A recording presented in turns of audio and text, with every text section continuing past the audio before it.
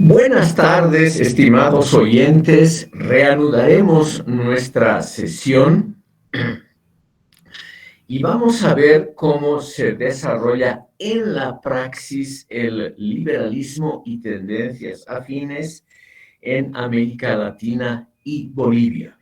El desarrollo es más o menos similar en todo el continente, obviamente con algunas variantes que vamos a explicar, pero en general es similar.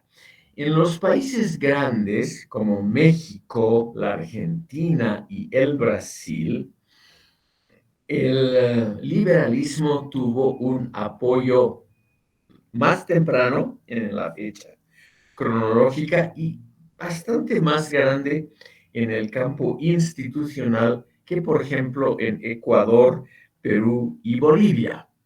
Por ejemplo, en México. México durante el siglo XIX tuvo curiosamente dos regímenes monárquicos. El segundo bajo el emperador Maximiliano I.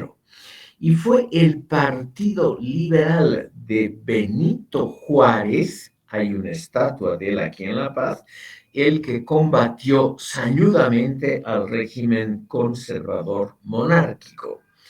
Y ese régimen liberal, y esto es lo lamentablemente típico, perduró hasta 1910, hasta la Revolución Mexicana. Pero el régimen liberal, el régimen del Partido Liberal, se convirtió en un régimen caudillista, conservador, convencional, bajo el gran caudillo Porfirio Díaz.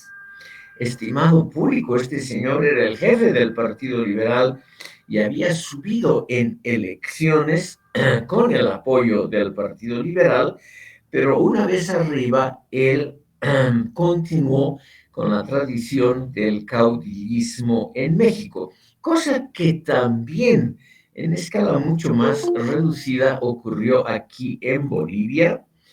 Los generales Pando y Montes, los dos primeros presidentes liberales, también tenían tendencias caudillistas y ligeramente dictatoriales. En el Brasil, estimado público, existió un régimen monárquico hasta 1889, o sea, la mayor parte del siglo XIX. Y este régimen se apoyó casi siempre en movimientos liberales.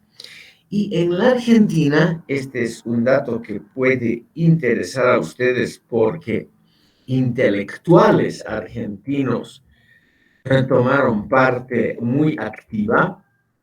Hubo prácticamente unos 81 años de régimen liberal entre 1862 y 1943, que han, un régimen que ha sido relativamente exitoso y además conducido en los primeros tiempos por presidentes liberales como Mitre, Sarmiento y Avellaneda. Por las dudas pongo aquí los nombres, porque son tres intelectuales. Rara vez un intelectual, un gran autor de libros, como fueron los tres, llega a la presidencia de un país.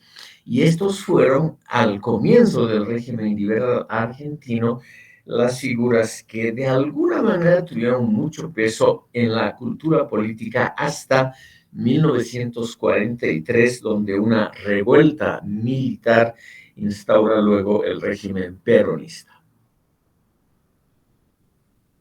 En Bolivia tenemos dos libros que nos muestran el desarrollo del liberalismo en Bolivia.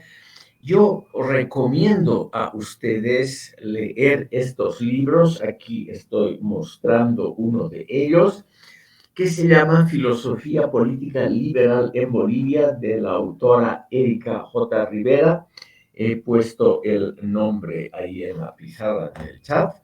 Y acaba de salir un libro más corto, una especie de folleto de la misma autora con el título Historia crítica de Bolivia, el periodo liberal, donde ella también hace un recorrido histórico, no solamente por los personajes, sino también por las ideas liberales en Bolivia, más o menos hasta la actualidad en este folleto, Historia crítica de Bolivia, el periodo liberal, que acaba de salir.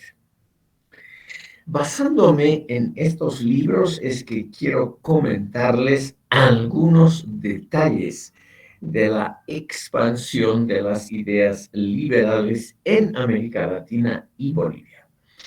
En primer lugar, como la autora señala, han habido pensadores que pueden ser más o menos situados dentro del racionalismo con tendencias humanistas y liberales desde la colonia. O sea, no es algo, estimado público, que recién haya llegado con autores como Rousseau, Voltaire, en los últimos años de la época colonial, sino que durante el periodo colonial en toda América Latina ha habido algunos pensadores que vagamente pueden ser incluidos, sobre todo en el humanismo racionalista. Y aquí en Bolivia ha habido también un señor Victorián de Villavalle, del cual ya les he hablado,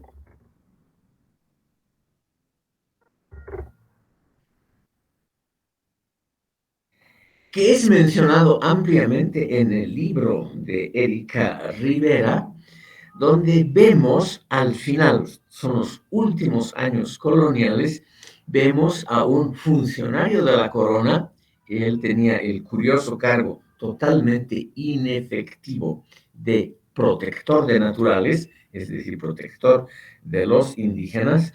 Y este protector de los indígenas se dedicó, por ejemplo, a escribir y argumentar contra la mitad potosina y en favor del establecimiento de un régimen modernizador en el Alto Perú y en general en la América hispana, porque él tenía la idea muy interesante, que esa sí yo la apruebo, de que la decadencia española a partir del siglo XVII se debía a que España había dado la espalda a la investigación científica, al racionalismo como filosofía y al liberalismo como praxis política.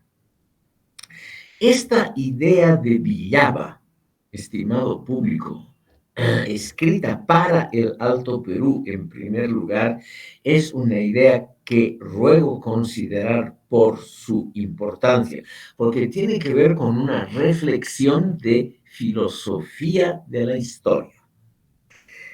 Durante las sesiones anteriores he tratado de explicarles que nosotros hemos heredado una cultura política ambivalente de España, brillante en muchos aspectos, con alguna que otra vaga tendencia humanista también, pero al mismo tiempo una cultura política inquisitorial, dictatorial, dogmática, y en el campo de la enseñanza una tendencia memorística y escolástica que no ha promovido el desarrollo de la ciencia y de la tecnología en España de forma autónoma. Victorián de Villaba dice justamente eso, estimado público, a comienzos del siglo XIX. Él explica que España no se ha modernizado como la Gran Bretaña, Francia, los Países Bajos, Holanda, etcétera, porque España premeditadamente habría seguido una política estatal extremadamente conservadora en el campo universitario, una tendencia escolástica dogmática, y en el campo político una tendencia claramente antiliberal y antimodernista. Y la decadencia de España en comparación con las otras naciones europeas, sobre todo con las más exitosas, se debería a esa decisión gubernamental española de dejar a un lado el racionalismo y fomentar más bien la Inquisición y sus prácticas dogmáticas y atrabiliarias. O sea, España habría tomado una decisión política bajo Carlos V y Felipe II, una decisión que podría ser nombrada o calificada como la defensa a ultranza de la fe católica, y en esa defensa un muy fuerte ataque contra todo aquello que parecía debilitar la fe católica, como la libre investigación en el campo científico, la libre discusión de problemas en el campo social, etcétera, etcétera. Entonces, en esta filosofía de la historia que produce Victorián de Villava, él nos dice la desgracia de España y por lo tanto la desgracia de América Latina con respecto al desarrollo histórico sería que no nos hemos acoplado a la modernización humanista, democrática, liberal, con ribetes científicos, como lo hicieron otras naciones europeas, precisamente las más exitosas. Como les decía entonces, ha habido en la época colonial ya voces, eso sí, aisladas, que criticaban las repercusiones sociales y políticas de un pensamiento demasiado conservador. En América Latina es el mérito probablemente de la Argentina y del Brasil el haberse abierto tempranamente a tendencias liberales. En la Argentina, durante la primera mitad del siglo XIX, hubo también una gran cantidad de regímenes caudillistas. El famoso dictador Juan Manuel de Rosas, ahora estimado público, muy bien visto por los izquierdistas, porque es realmente una figura enaltecida por Eduardo Galeano, por todos los izquierdistas, porque él se opuso a las potencias liberales Francia y Gran Bretaña. Este dictador Juan Manuel de Rosas estableció un gobierno extraordinariamente duro en la Argentina, que duró hasta 1852. Pero desde el punto de vista de los liberales, por suerte, otro caudillo conservador, clásico, militar, el dictador Justo José de Urquiza,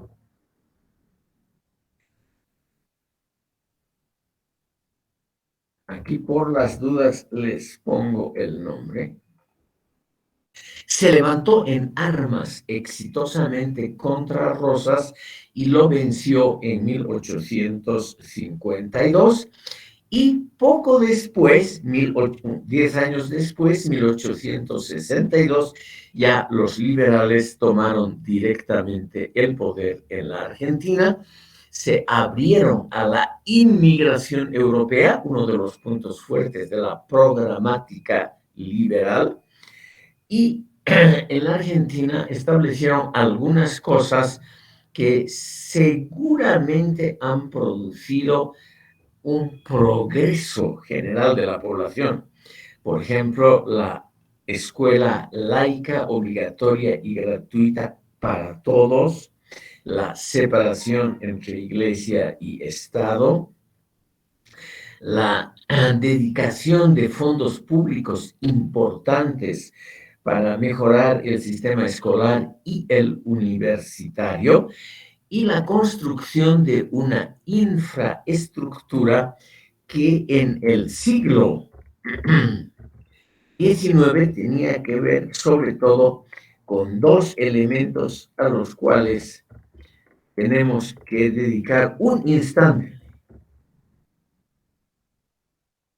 los ferrocarriles en el campo de los transportes y el telégrafo en el campo de las comunicaciones, que fueron los caballos de batalla de los partidos liberales o de personalidades similares a los liberales en toda América Latina. Se puede arguir, estimado público, que el primer ferrocarril boliviano fue construido por orden de un presidente conservador como fue Aniceto Arce. Pero, estimado público, varios estudios contemporáneos sobre historia boliviana, quiero mencionar sobre todo la obra de una historiadora muy notable que es catedrática de esta universidad, Pilar Mendieta, nos muestra que en el fondo Arce era un liberal.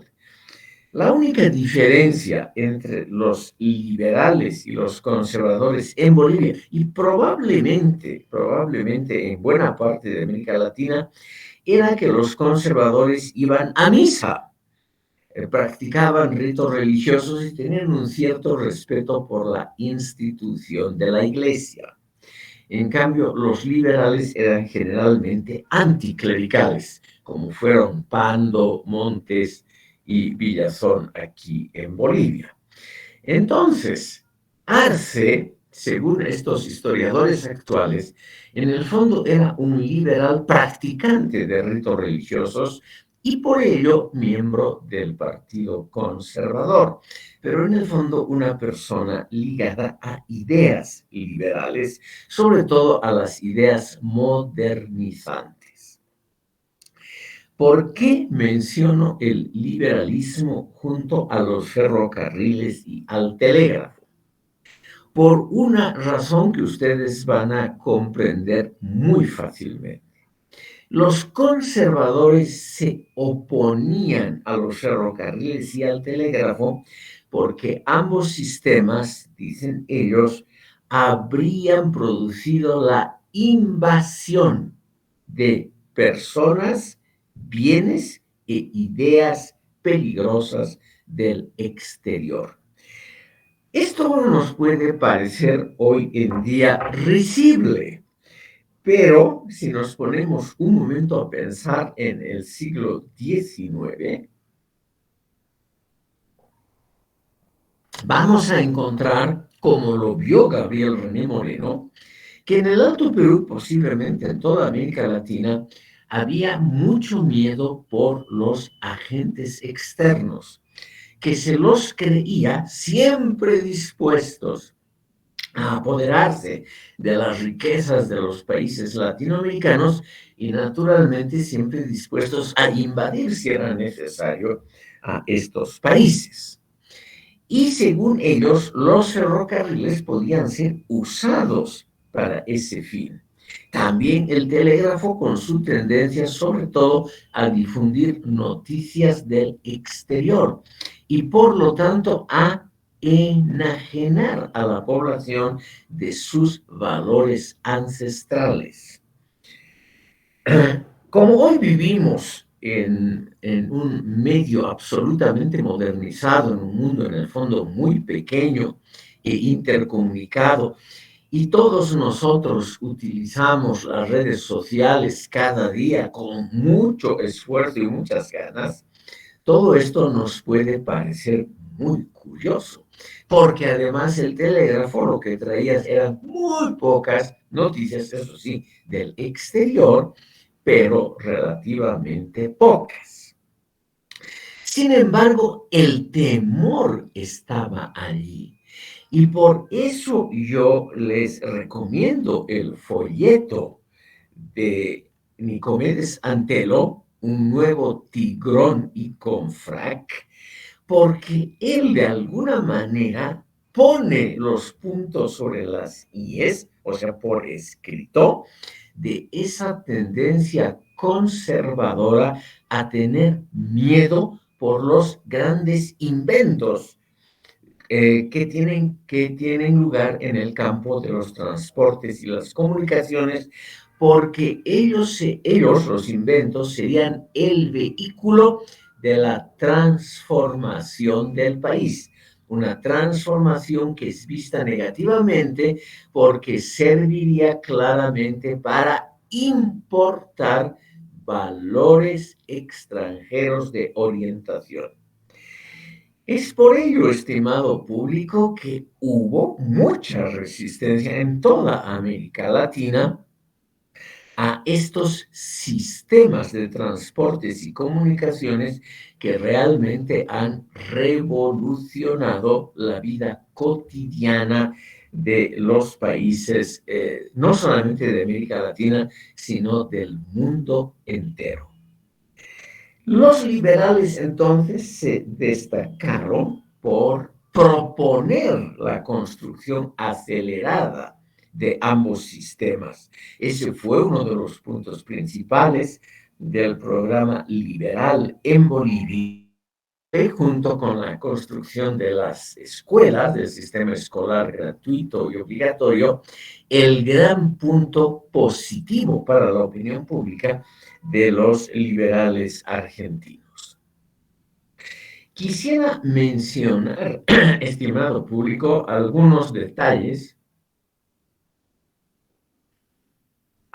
del pensamiento sociopolítico, cómo ese pensamiento se produjo en la praxis, por ejemplo, de la Argentina, de México, etcétera. Más o menos son los mismos años, es la década de 1860, cuando en México y en la Argentina los liberales toman el poder. Uno de los elementos más importantes, estimado público, que tiene que ver con la enemistad, con la animadversión que los liberales se han ganado entre los sectores indígenas en toda América Latina, tiene que ver con el hecho de que los liberales consideraron que la inmigración, sobre todo la europea, era un factor necesario de progreso positivo.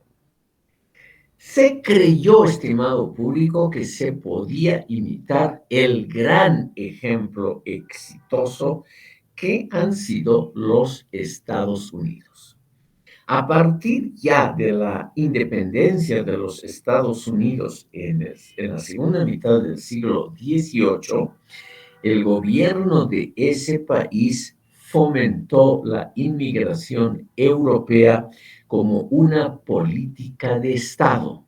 O sea, no solamente era parte del pensamiento político, no solo de liberales, sino de muchos grupos políticos, sino también una política premeditada favorecida por el Estado. Y no hay duda, estimado público, de que la prosperidad, el éxito, por ejemplo, económico, la construcción de una gran industria en los Estados Unidos tuvo que ver con esos inmigrantes europeos, británicos, alemanes, italianos, en los Estados Unidos, que obviamente contribuyeron al progreso técnico y económico de ese país. Les he puesto en la pizarra el nombre de Sarmiento, el segundo presidente argentino del periodo liberal.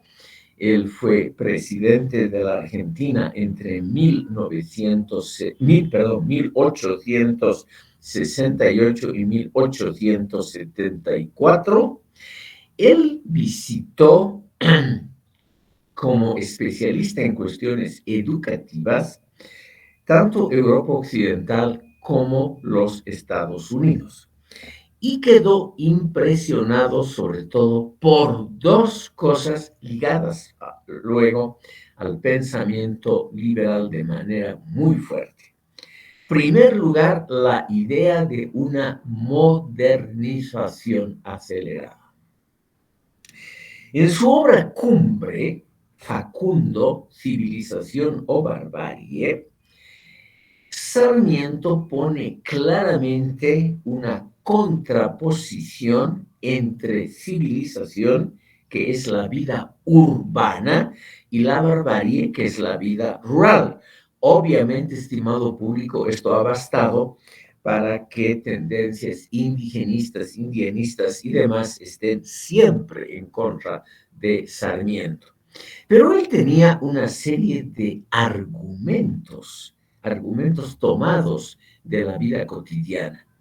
En su época, el campo era el lugar donde nacían estos grandes caudillos autoritarios y hasta autocráticos.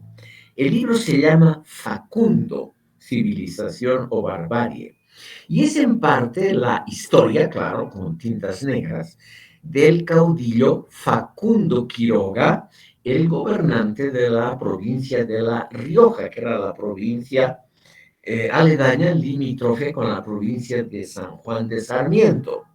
Y este caudillo religioso, populachero, borracho, mujeriego, para Sarmiento personificaba los factores negativos de un ser humano.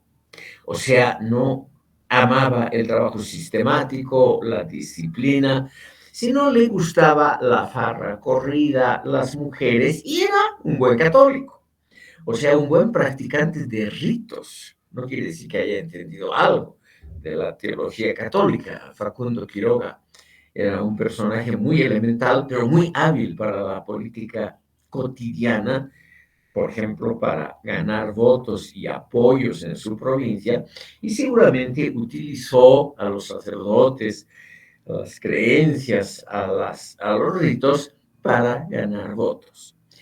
Eso es lo que le disgustó a Sarmiento y lo que constituye el núcleo, estimado público, de ese pensamiento liberal humanista del siglo XIX en la Argentina. La idea de que el campo es el receptáculo del atraso, así dicho en forma muy clara y en el fondo un poco mecánica, pero es la idea central del libro. El mundo rural es un mundo para Sarmiento donde la violencia, la fuerza bruta es el factor decisivo. Y la ciudad es, según Sarmiento, no es mi opinión de ninguna manera, el lugar donde la razón, la convivencia razonable entre los seres humanos se ha impuesto por la necesidad de los vecinos que comparten un territorio pequeño y viven en una relativa concentración demográfica, de arreglar sus asuntos por medio del debate pacífico y de la resolución por medio de una justicia más o menos proba y más o menos objetiva. En parte, ustedes ya se dan cuenta, son ilusiones. Pero estas ilusiones, estimado público, de alguna manera han alimentado el pensamiento liberal democrático muy fuertemente en el siglo XIX. O sea, según Sarmiento, ¿qué había que fomentar? Había que fomentar los centros urbanos, lo que automáticamente para él era fomentar la urbanidad, es decir, la educación, la tendencia a conseguir cada vez más conocimientos y más conocimientos científicos que ayuden a establecer un orden social más avanzado. El segundo punto que menciona Sarmiento con muchos detalles anecdóticos y muy curiosos es que la vida en la ciudad es un orden dinámico, mientras que la vida en el campo es un orden estático. El orden dinámico se caracteriza porque cambia progresando continuamente. En cambio, el orden estático del cambio es la reiteración, la repetición de lo ya existente por periodos muy largos de tiempo. En un mundo como el ya desde el siglo XIX, que valora muy positivamente el dinamismo, la energía concentrada a construir algo y que ve con malos ojos la mera repetición de lo anterior, o sea, la repetición del orden conservador, no hay duda, estimado público, que lo dinámico estaba connotado positivamente. Dicho en palabras muy simples, la dinámica urbana estaba teñida de un elemento positivo en el pensamiento liberal y en general en las actividades intelectuales, mientras que el orden estático, sin grandes modificaciones, que año a año repetía lo mismo, que vivía según los ciclos naturales, todo ese orden les parecía a los liberales un orden que no conducía al progreso, que es lo que ellos querían para sus países.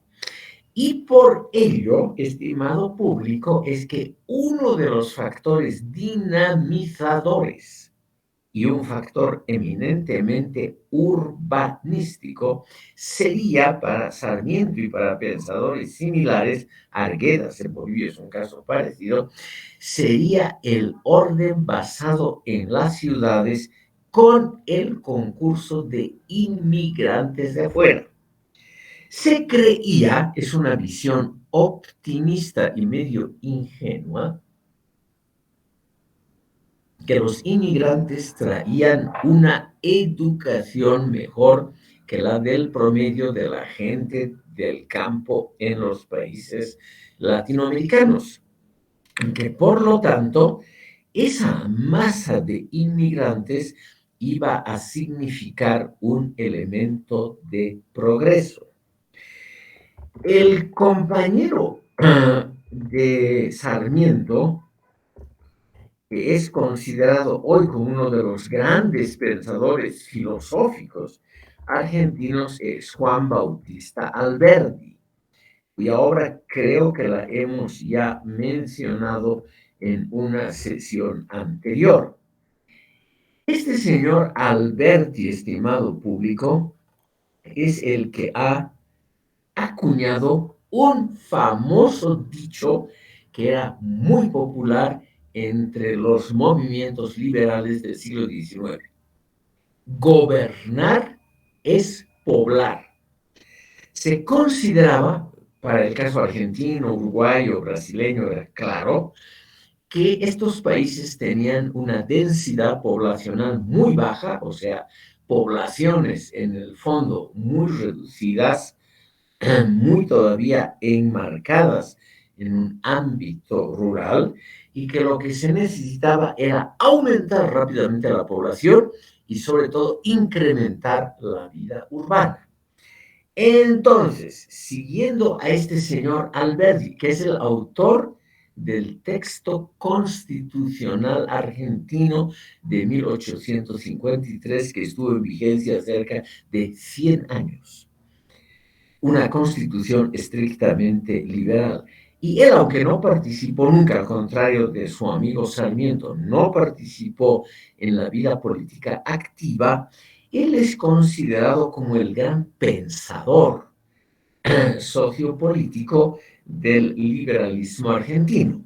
Y como les digo, gobernar es poblar era uno de los elementos centrales de ese pensamiento sociopolítico. Y para poblar un país que tiene una densidad demográfica muy baja, etcétera, no había otro remedio que permitir una inmigración muy fuerte. A eso se añadió, estimado público, que muchas naciones europeas pasaban por una fuerte crisis y que además también, simultáneamente, en las naciones europeas había habido, por las pequeñas medidas de mejora de salud pública, había habido un aumento poblacional muy fuerte en la segunda mitad del siglo XIX. O sea, dicho en palabras muy simples, sobre la Argentina, Uruguay y Brasil y Chile se volcaron masas de inmigrantes, sobre todo de España e Italia. Los inmigrantes de otros países como la Gran Bretaña y Alemania se fueron sobre todo a Estados Unidos. A la Argentina llegó también una cantidad muy elevada de migrantes provenientes de Europa Oriental, por ejemplo, de lo que hoy es Ucrania y Rusia. Una gran cantidad de habitantes de esos países constituyeron los inmigrantes que poblaron la Argentina. Por eso ahí hay tantos apellidos de origen ruso y ucraniano. Lo que yo quiero mostrarles son esos elementos del pensamiento sociopolítico que tiene naturalmente fuerza, estimado público, fuerza importante en en la constitución de una filosofía. Para esa filosofía liberal se vio con buenos ojos a la inmigración europea. En esa época no habían, como hoy, esas masas grandes de migrantes sirios, africanos, que, para decirlo en forma clara, han invadido una gran parte de Europa en los últimos años, sino que los migrantes eran generalmente individuos aislados, no venían en grupo, eran inmigrantes aislados, individuales, que tenían una educación realmente modesta, pero sabían manejar algunas artes y oficios, sabían tal vez cultivar la tierra de un modo un poquito más racional que los campesinos argentinos promedio, que los gauchos de esa época.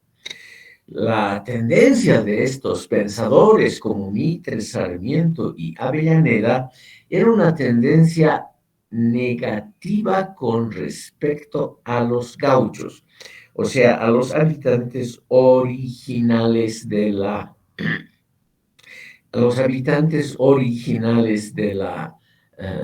estepa argentina.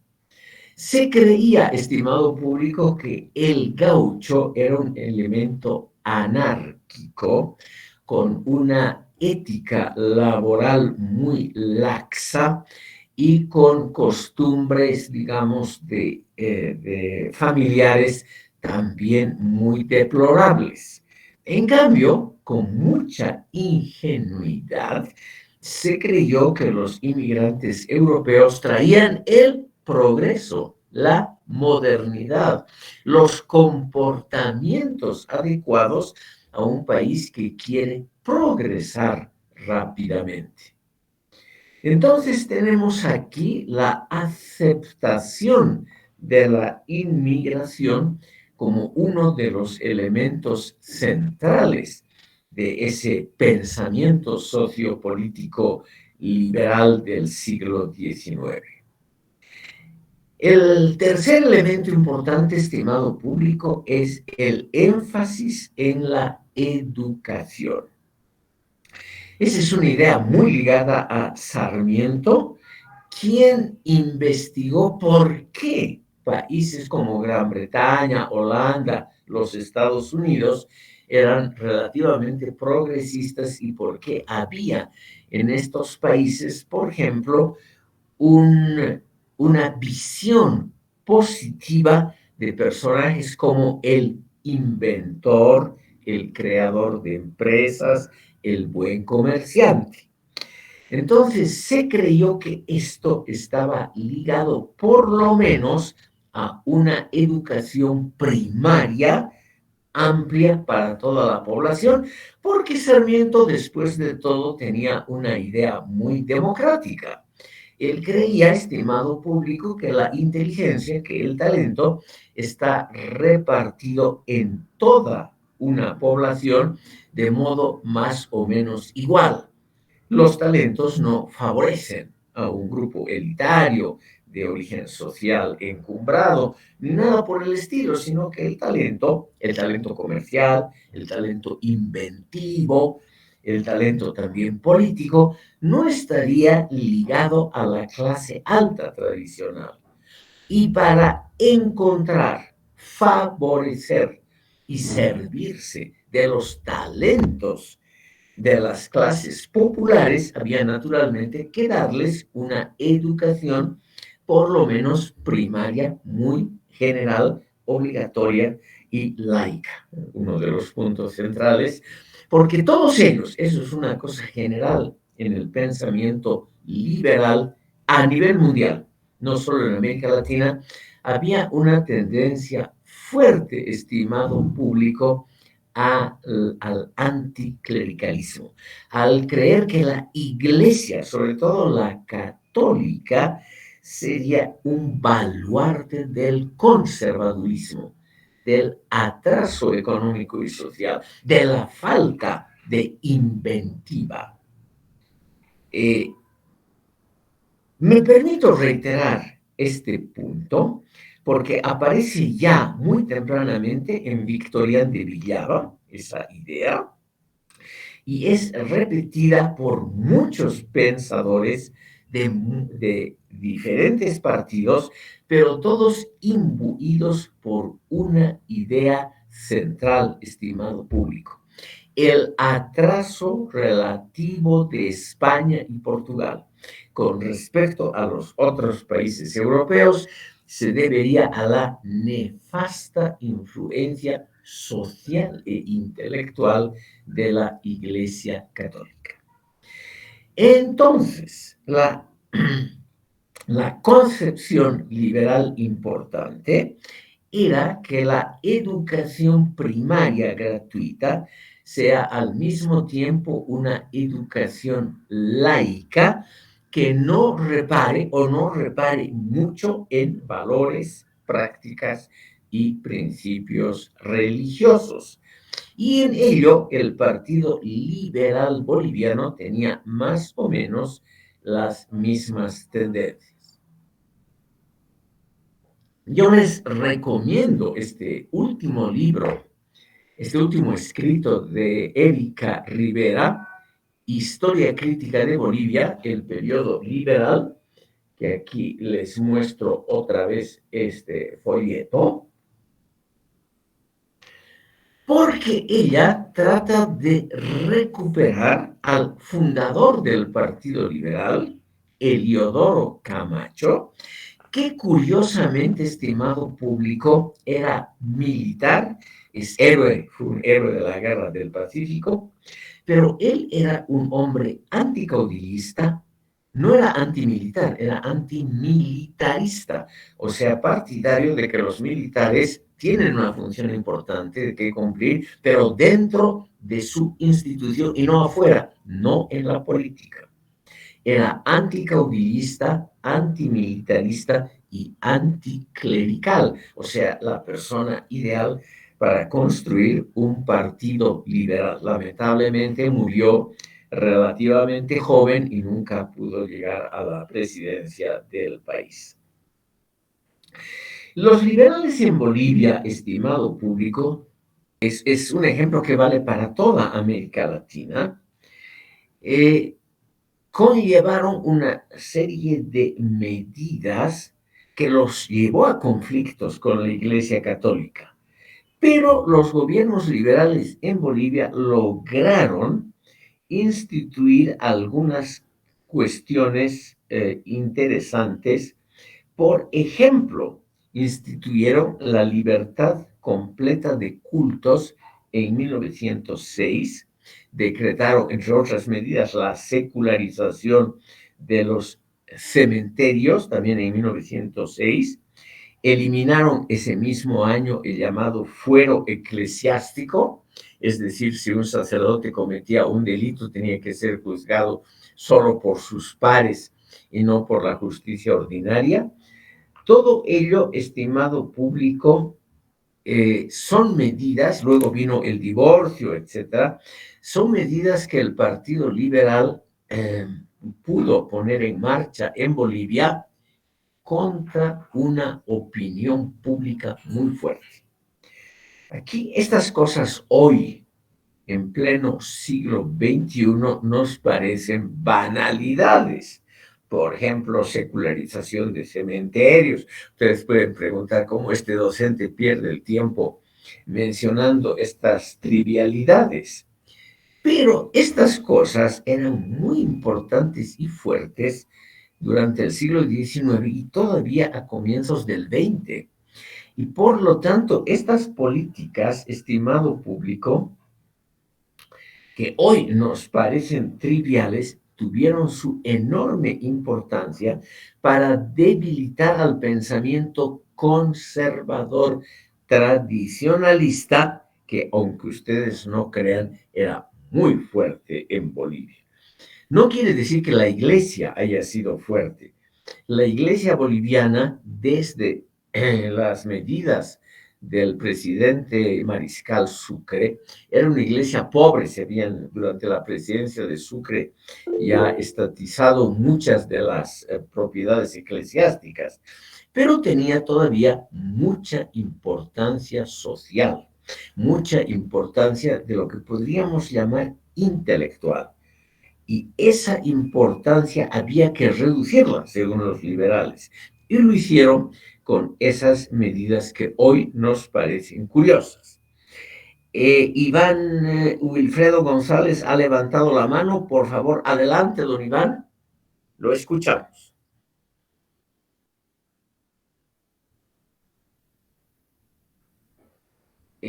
Perdón, tiene usted que activar su micrófono. Don Iván, que ha levantado la mano, pero no nos dice nada. ¿Tiene que activar su micrófono? A ver, sí. A ver, no. Bueno, entonces seguiremos. Estimado público, nos encontramos entonces ante un pensamiento, el liberal, democrático, racionalista, que tiene de país a país algunos componentes diferentes. Y sin embargo, a pesar de tener elementos diferentes, ese pensamiento tiene algunos rasgos comunes que tenemos que considerar. Estimado público, los partidos liberales en el poder en América Latina. Rosendo Portillo está compartiendo pantalla, que deje de compartir. Perdón, señor Rosendo Portillo, ¿está usted compartiendo pantalla con todos? Por favor, deje de compartir porque aparece el signo suyo, la pantalla suya ocupando. Gracias, ahora está bien. Señor Iván Wilfredo González, si usted quiere decir algo, con todo gusto. Veo que ha levantado la mano. Hable, por favor.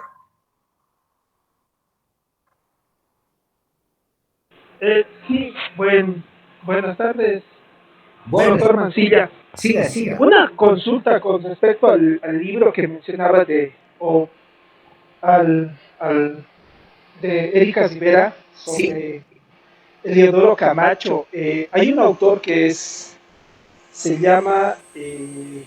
libro se llama Tres razones castigados, de Hugo Sober Barragán, y muestra otra faceta de Teodoro Camacho, por ejemplo, como alguien que realizó un golpe de Estado junto con Aniceto Arce y Narciso Campero este, a, al presidente que estaba de turno, ¿no? En plena guerra, a Hilarión Daza en la guerra del Pacífico. Sí. Y en ese sentido, quisiera saber cuáles son las tesis o las ideas que expone la autora sobre, sobre este punto, ¿no? De este punto intelectual que están enfocando, aparte, ¿no? De esta idea que expone también Hugo sobre Barragán en su obra Tres masones castigados. Porque entiendo que este autor, Hugo sobre Barragán, presenta a militares que están ya participando dentro de logias masónicas y también con respecto a la guerra del Pacífico y la influencia que tienen en ese campo. En especial, ¿no? Ya los militares en esos movimientos o en esas logias. Señor González, es una problemática bastante compleja que tiene, como toda problemática compleja, aspectos positivos y negativos que habría que estudiarlos punto por punto. Los dos libros de Erika Rivera se refieren exclusivamente al campo de las ideas y no entran a la política cotidiana, y ella no se refiere para nada a si ha habido o no un golpe de Estado contra el general Daza, que es lo que usted debe tener en mente, contra el general Daza en 1880. Esa idea de que ha habido una especie de conspiración derechista pro-chilena contra el bravo representante de la bolivianidad profunda, que sería el general Daza, es una idea muy difundida en el país, pero difundida justamente por tendencias nacionalistas y en parte por tendencias izquierdistas. Pero esto no significa necesariamente que sea verdad. Hay una película de Antonio Eguino, Amargo Mar, una película que se estrenó hace 30 años o algo más, que fue extremadamente popular aquí en Bolivia y que ha servido seguramente para conformar esa mentalidad que ve golpes de Estado, conspiraciones, es decir, lo turbio y lo sucio en toda la actividad política. Esas ideas muy claramente conspirativas, o como se dice ahora con un neologismo, conspiranoicas, hay en todas las sociedades porque es una explicación simplista de una realidad compleja. Yo personalmente no creo que ha habido un golpe de masones, además de una colectividad religiosa que habría abarcado a conservadores como Arce y a liberales como Camacho contra un buen patriota como hubiera sido Daza, que ha sido simplemente un mal gobernante.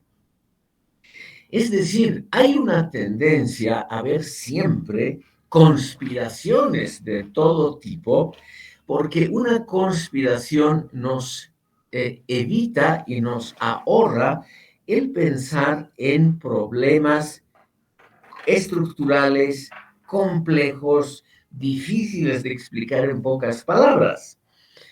Eh, Seguramente todo el mundo culto en esa época eran masones, eh, eran masones, pero era como un grupo, era como un grupo que atravesaba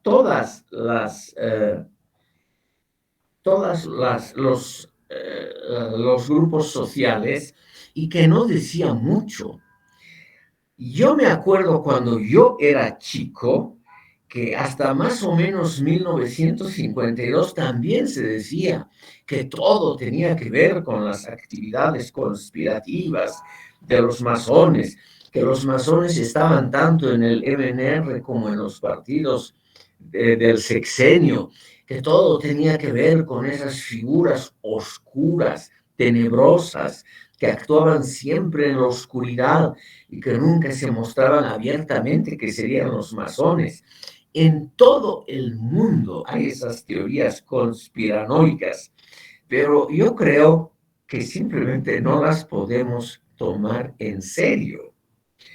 Eh, Existe evidentemente el libro La Gran Traición en la Guerra del Pacífico de Hugo Roberts Barragán, publicado la primera vez en 1979, pero yo le aseguro que esas ideas nunca han sido verificadas y seguramente no son verificables, como son contubernios siempre en la oscuridad.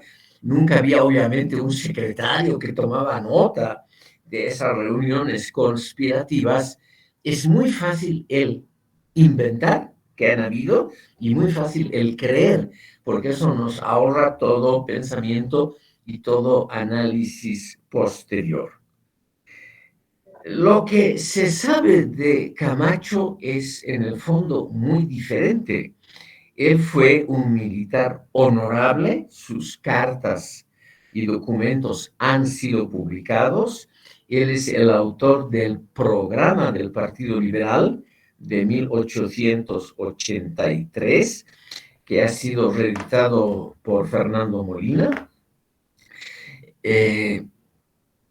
Camacho era un personaje correcto, en el sentido de que él quería hacer las cosas de acuerdo a códigos preexistentes, códigos que todos conocían y por lo tanto su actitud era más o menos abierta y pública. Y eso en una sociedad que da mucha importancia a lo conspirativo, que cree siempre que hay turbios personajes que dominan el mundo. Claro, esa actitud les parece rara, les parece que va fuera de lo normal y que debe, según la gente que cree en eso, debe corresponder a una conspiración de gente muy perversa.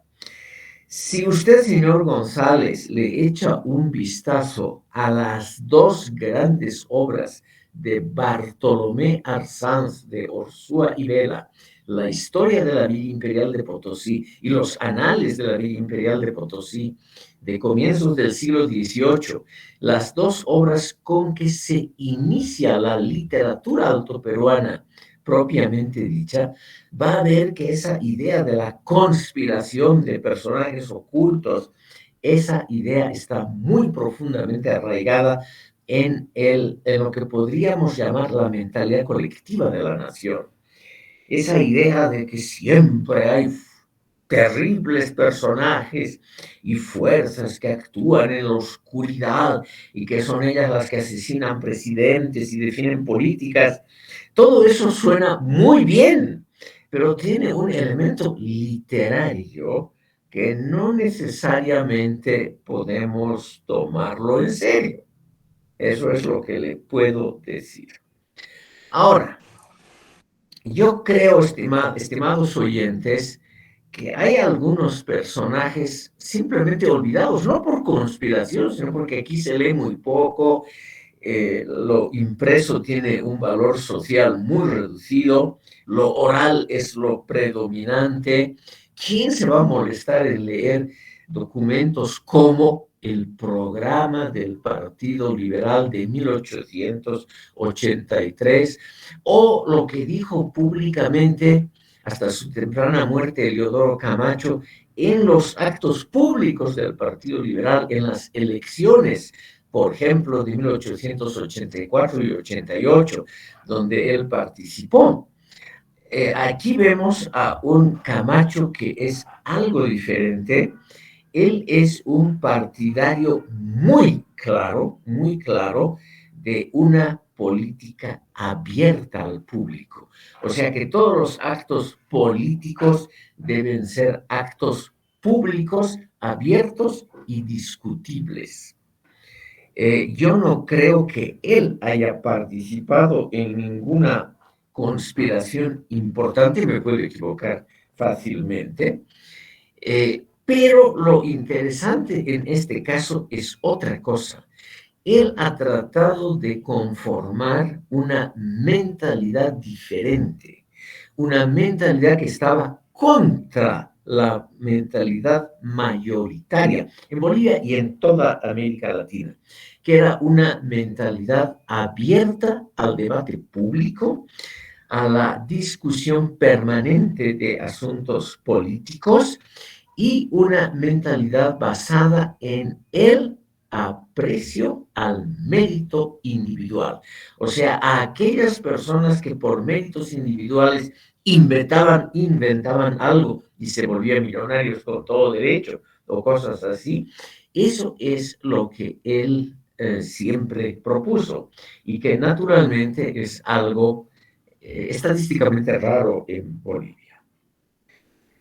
Avanzando el tema, quiero mostrarles, estimado público, dos aspectos adicionales del liberalismo.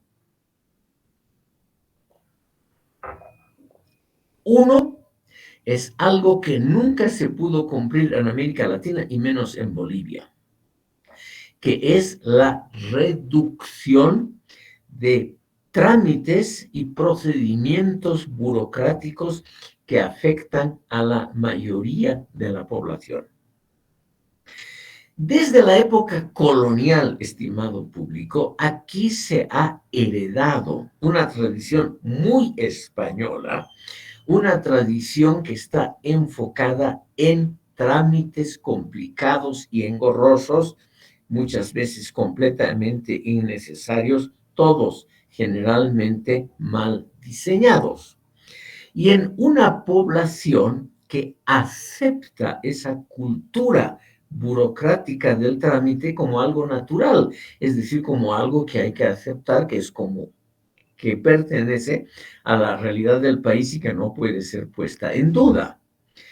Entonces, aquí tenemos un pequeño segmento de la población que cree que hay que reducir el fenómeno burocrático y otro segmento claramente mayoritario que quiere simplemente mantener las cosas como son.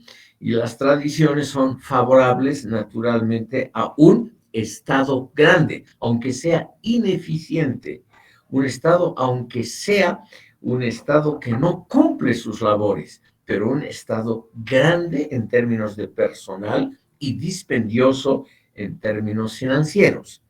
En cambio, ya desde Camacho, los liberales han pretendido, sin éxito alguno, la reformulación de la maquinaria del Estado, sobre todo de aquello que tiene que ver con el trámite concreto de la población al mínimo indispensable. Y eso ha sido siempre muy impopular. Existe en México un personaje que se ha preocupado por esta temática y es uno de los literatos más ilustres que ha dado ese país. Me refiero, estimado público, a Carlos Fuentes, el gran novelista mexicano, quien en varias de sus novelas se ha preocupado de esa predisposición tan fuerte en la totalidad de la población. No es que sea algo aislado, algo pequeño. En la predisposición de la población para aceptar la burocracia como algo natural. Es decir, la burocracia y sus enredos innecesarios son percibidos como algo obvio, sobreentendido, naturalizado, como una tormenta, como una lluvia. Es algo que no se puede evitar. Es algo que además no vale la pena luchar contra ello porque es algo que pertenece al ritmo natural del mundo. Esa naturalización del fenómeno burocrático es algo que solo los liberales han tratado de reducir, y yo diría que es un punto interesante, no digo que está bien y que está mal, es un punto simplemente interesante para ser estudiado en la tradición del pensamiento político. Los partidos populistas, que vamos a ver luego, los nacionalistas, y en general los movimientos conservadores, podríamos decir, nunca han tratado de reducir o racionalizar el fenómeno burocrático. Y esto tiene una larga tradición en Bolivia y en América Latina. Por ejemplo, Carlos Fuentes nos dice por qué los burócratas mismos no quieren reducir los trámites, toda esa parafernalia que cuesta tiempo, dinero y mal humor a la población, porque así la población respeta a los burócratas, así la población tiene miedo de ellos, y entonces obviamente por eso no puede ser reducido el fenómeno burocrático. Cuando en abril de 1952 el poder fue tomado por el movimiento nacionalista revolucionario, lo primero que hizo este partido fue ampliar la burocracia estatal e introducir nuevos trámites para la población. Por ejemplo, antes un ciudadano boliviano podía salir y regresar al país sin ningún trámite, sin tener una visa de entrada o de salida. En 1952 se establecieron visas de salida para ciudadanos bolivianos y visas de reingreso también para ciudadanos bolivianos. Y eso estuvo en vigencia más de 30 años.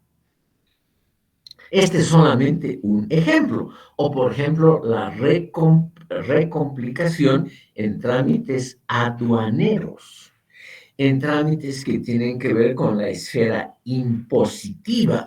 Y así en muchos otros casos han sido precisamente tendencias nacionalistas e izquierdistas populistas las que han introducido o reforzado las prácticas burocráticas que habían antes. Un último elemento asociado a ese movimiento, a ese pensamiento liberal democrático en el país, es la apertura a ideas, instituciones y prácticas que provienen del exterior. Bolivia, como la mayoría de los países latinoamericanos, constituye una sociedad que ha sufrido muchos atropellos. Y aquí existe una marcada inclinación a creer que son agentes externos los que han producido los males de la nación. Entonces, la visión de lo extranjero, salvo en el campo de los inventos tecnológicos, que en eso sí hay una tecnofilia muy marcada, salvo en el campo de los inventos tecnológicos, aquí hay una reticencia, una renuencia, o sea, una tendencia desfavorable a comprender cuáles son, por ejemplo, los factores que se podrían copiar o imitar de naciones extranjeras. Aquí se copian inmediatamente los inventos tecnológicos, celulares, cualquier cachivache técnico es apropiado aquí con extremada rapidez. Pero otra cosa muy diferente es, por ejemplo, adoptar una visión más abierta y más crítica frente a la propia sociedad, frente a los fenómenos de la burocracia o cualquier fenómeno relativo a la institucionalidad estatal del país. Con eso hay una resistencia muy fuerte a poner en duda. Entonces, el pensamiento liberal, me refiero aquí sobre todo a Eliodoro Camacho, para no ir más lejos, Lo que ha propuesto este buen señor es copiar el proceso de modernización de Europa Occidental, pero copiarlo bien, copiar los aspectos positivos también del proceso de modernización.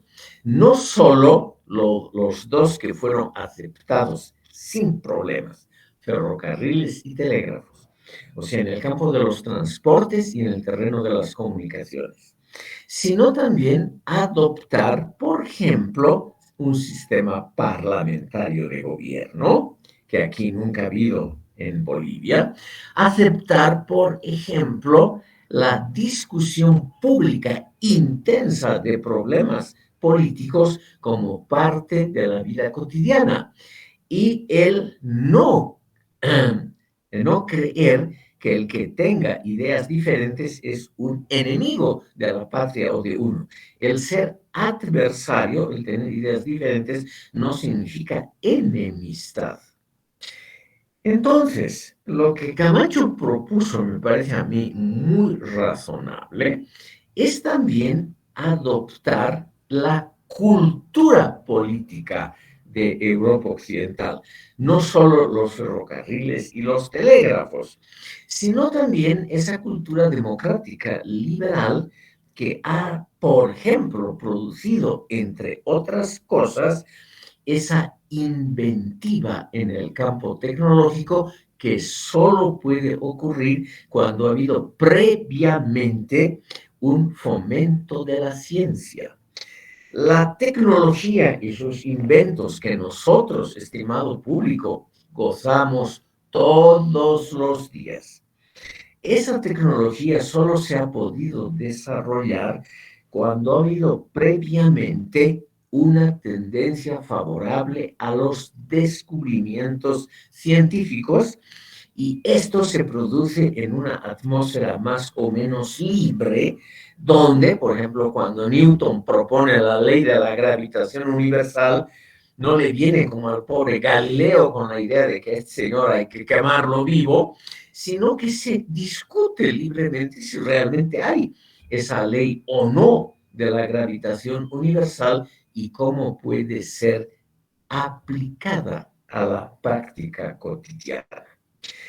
Vamos a ver entonces, aquí estamos por terminar, en la próxima sesión, el próximo jueves, vamos a ver, estimado público, un elemento que ha sido mencionado por Mitre y Sarmiento, en Bolivia, por Camacho, por muchos pensadores, que es la apropiación fácil del progreso técnico, pero el rechazo de sus presupuestos científicos.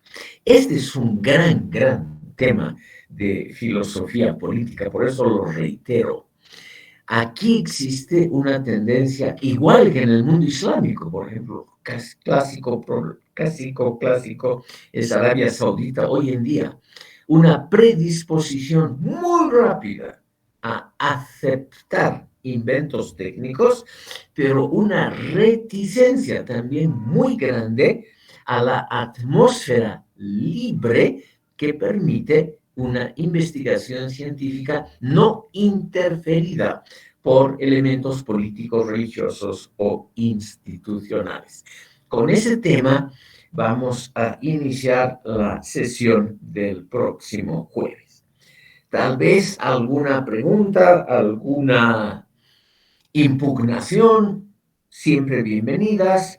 Me imagino que ustedes ya están algo cansados y que desean almorzar, así que aquí concluiremos la sesión de hoy. Les agradezco mucho por su atención.